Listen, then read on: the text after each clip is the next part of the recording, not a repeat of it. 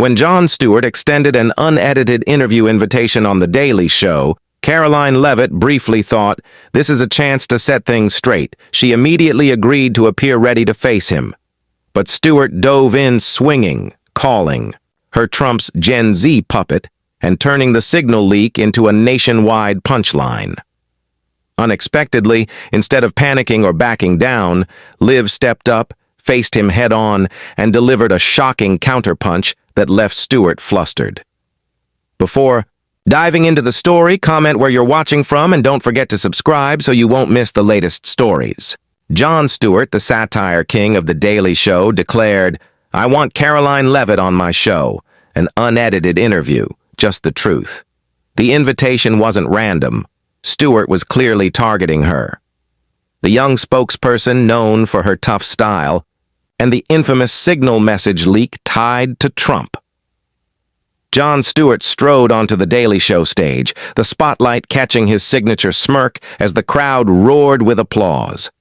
He sat down, tapping the desk lightly, eyes gleaming like he was primed for a takedown performance. "Welcome to tonight," Stewart began, his tone casual but loaded with intent. The audience laughed loudly, and Stewart didn't keep them waiting. He leaned forward, his voice shifting to mockery. "Who's Leavitt? She's Trump's Gen Z puppet, the youngest spokesperson ever in the White House, but don't let her age fool you. She's sparked a scandal. The whole country's talking about the signal leak, a secret chat about plans to hit the Houthis. And someone, I'm not saying it was her, but okay, it was her, accidentally added Jeffrey Goldberg from The Atlantic to it.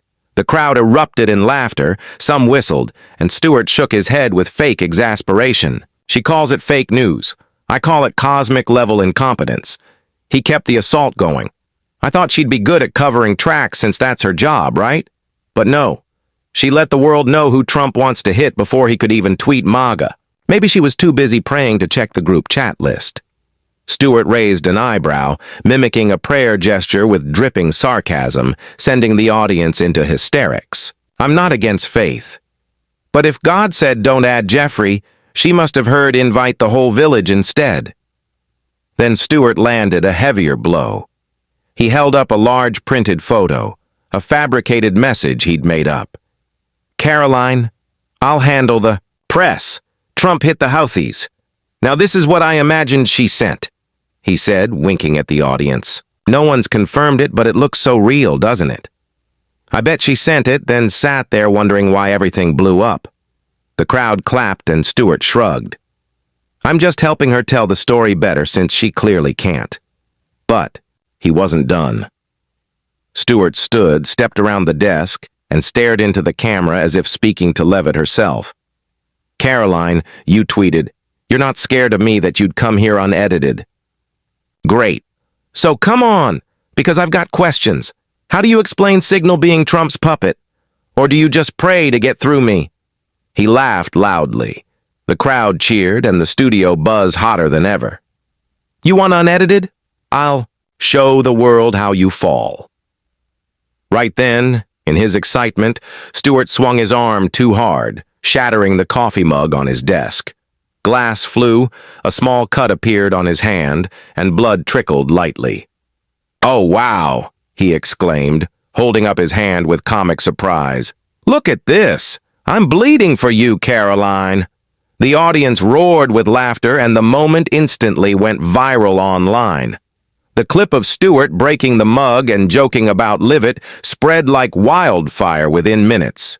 Stewart sat back down, wiping his hand with a napkin, a half smile on his face. "I'm waiting, Karoline. You said you'd come. Don't let me tell this story alone because I promise it won't be pretty." He winked, then moved on to the next segment, leaving the challenge hanging. Social media exploded with Tucker Stewart vis Leavitt, his fans cheering. He'll tear her apart. While conservatives fired back, Leavitt will show him. Leavitt grabbed her phone, opened X, and typed a tweet. "Stewart, I'm in. I'll be on The Daily Show. Unedited. No running. You want the truth? I'll bring it." She hit send, heart pounding, but a small smile crept onto her face. The tweet posted, "She set the phone down. ignoring the flood of notifications pouring in. She'd chosen to step into this fight and she'd do it her way. Stewart began prepping for the interview. He called his production team into a quick backstage meeting. "Find me everything on Leavitt," he ordered, pointing at a whiteboard covered in notes. "Every statement, every scandal, especially Signal. I want to know what she'll say before she opens her mouth." An assistant asked, "Do you think she can handle it?" Stewart laughed, stepping closer to the table. "She's 27, works for Trump, and thinks she can beat me on my turf. I'll teach her a lesson in truth my way." He grabbed a marker, circled Signal on the board, and winked at the team. "I won't break a mug this time, but she doesn't stand a chance." The studio glowed with bright lights, the audience clapping wildly as Jon Stewart walked out, his signature smirk plastered across his face. He waved, then sat at the desk, eyes glinting like a hunter smelling prey. "Welcome to tonight," Stewart began, his tone light but edged with intent. "We've got a special guest, Karoline Leavitt, White House press secretary who tweeted, 'She's not afraid of me and would come here unedited. So let's bring her out.'" The crowd roared, and Karoline Leavitt emerged from the wings, confident in a sharp navy suit, blonde hair neatly tied back. She nodded to the audience, then took the seat across from Stewart, locking eyes with him. Stewart didn't waste a second. "Karoline." "Welcome to the Daily Show," he said, his voice warm yet mocking. "I'm glad you kept your word, unedited, just like you wanted. But I've got to ask right off, how does it feel sitting here facing a 61-year-old with a mic and some jokes after the country watched me turn your Signal mess into a comedy routine?" The audience laughed hard and Leavitt gave a slight smile, staying composed. "I'm here to tell the truth, Stewart," she replied, her voice clear. "You can joke, but I'm not afraid of what you think of me." Stewart raised an eyebrow as if he'd just heard something naive. "Oh, the truth. Great, Karoline, because I've got a lot of truth to ask you about," he said, leaning forward. "Let's start with Signal, that group chat where you accidentally leaked Trump's healthy attack plans. Jeffrey Goldberg from The Atlantic was in there, right?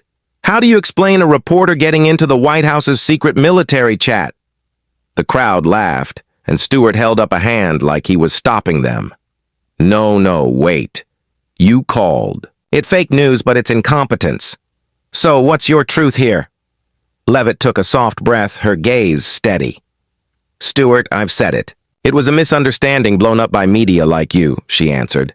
"That chat wasn't my operation, and I didn't add anyone. I'm here to represent the president, not play spy games like you imagine."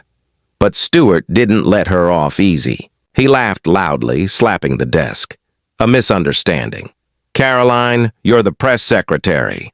Your job is to control the narrative, not give Jeffrey Goldberg a free backstage pass to the White House." The audience cracked up again, and Stewart winked at them. "I bet she added Jeffrey thinking he'd write a Trump puff piece."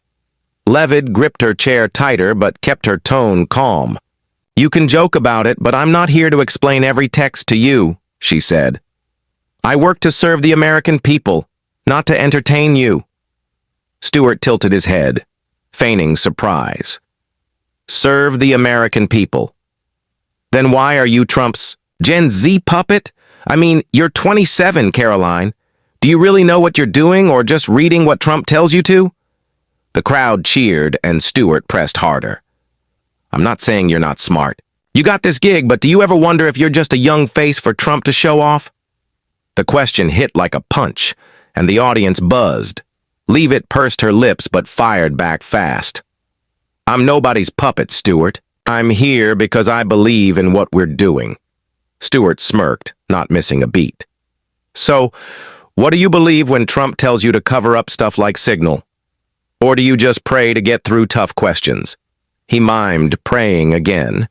Hands clasped, sending the audience into another fit of laughter. "I'm not against faith, Karoline, but if you're praying to lie better, God might be busy elsewhere." Stewart stood circling the desk, arms raised like a stage actor. "Picture this," he said, voice dramatic. "Karoline in the White House, phone buzzing with Trump's text, 'Hit the Huth now.' And she replies, "Don't worry, I'll handle the press." Then boom, Jeffrey Goldberg pops up and the world knows. He held up the fake printed message from the last show. The audience howling, "I don't know if she sent that, but it looks so real, right?" Youngest press secretary ever, but it seems she's learning on the job by screwing it all up. Leavitt tried to cut in. "You're making up a story that's not real, Stewart." But he interrupted her instantly. "Not real, Karoline. I don't need to make it up. You did it. You leaked signal. You work for Trump. And now you're here thinking, I'll go easy because you're young." Nope. He turned to the audience. She wanted unedited. And I'm giving her exactly that, the truth. No mercy. The crowd clapped loudly, and Stewart says,